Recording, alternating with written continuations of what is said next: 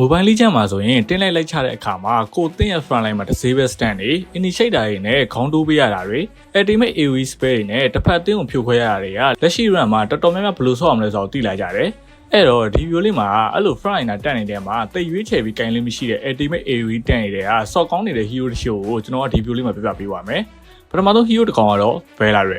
Velarret က Golden ရဲ့ Massman တွေအတွက်ကတော့တကယ်အိမ်မဆိုးတစ်ကောင်လို့ပြောရမယ်။ဒါကို Golden နာဆော့ရဲ့ brother ရဲ့အနေနဲ့ Velarret လို hero ကိုပြစ်တဲ့အခါမှာခံမှုကြလိမ့်မယ်လို့တော့ထင်တယ်။နောက်ပြီးသူ့ရဲ့ spell vengeance ဖွင့်ပြီးမြန်မာလိုကြီးခေါင်းထုတ်လိုက်ရင်ကိုတင်းရဲ့ Massman တွေအနေနဲ့ဘယ်လောက် damage ပေးနိုင်ပြန်ပြေးရတဲ့အရာကြီးကတော်တော်လေးကိုဆိုးတယ်။နောက်ပြီး battle မှာဆိုတာကသူ့ရဲ့ skill 1ပဲ။ဘာဖြစ်လို့လဲဆိုရင်သူ့ရဲ့ skill 1 AoE CC ဖြစ်တဲ့လျောက်တခြားသော hero တွေလိုတစ်စေးပဲပေးတာမျိုးမဟုတ်ဘဲနဲ့ Velarret ရဲ့ skill 1ထိလိုက်တာနဲ့ကိုယ့်ရဲ့ hero ကစက္ကန့်ပိုင်းလောက်အာဝါပြီး Velarret ရဲ့ skill 1မိလိုက်တဲ့အတိုင်းပြန်လှည့်သွားတဲ့အရာကိုတင်းရဲ့ damage ထိလိုက်တဲ့အတွက်တော်တော်လေးကိုတိုင်ပတ်စေတယ်ပြီးတော့သူ့ရဲ့ ultimate area တစ်စေးပဲရလဲ10 fight battle တွေမှာတော်တော်လေးကိုဆိုးတယ်ဥပမာတိုက်ွယ်လို့ AoE တစ်စေးပဲဖမ်းနိုင်ခြင်းတူတူဆိုပေမဲ့ Velarret ရဲ့ AoE area တစ်စေးပဲက range တော်တော်လေးကျတာကြောင့် battle ဆန်လိုက်တိုင်းမှာတစ်ဖက်တင်းရဲ့ carry hero အနေနဲ့တော်တော်လေးကိုစေးဆိုးရတယ်အကယ်၍မိသွားခဲ့ရင်လည်း AoE တစ်စေးပဲဖြစ်တာကြောင့်စက္ကန့်ပိုင်းလောက်မူသွားပြီး damage ဝိုင်းပေးတာကိုခံရနိုင်တယ်အဲ့လို10 fight battle တွေမှာအရန်အသုံးဝင်တဲ့ ultimate cooldown ကလည်းအားလီလိုအချိန်မှာစက္ကန့်90နဲ့ late game လိုအချိန်မှာ42စက္ကန့်ပဲကြာတာဆိုတော့ Velarret လို hero အသင်းရဲ့ front line မှာထားဆော်လဲတော်တော်လေးကိုကောင်းတဲ့ hero တစ်ကောင်လို့တော့ပြောရမယ်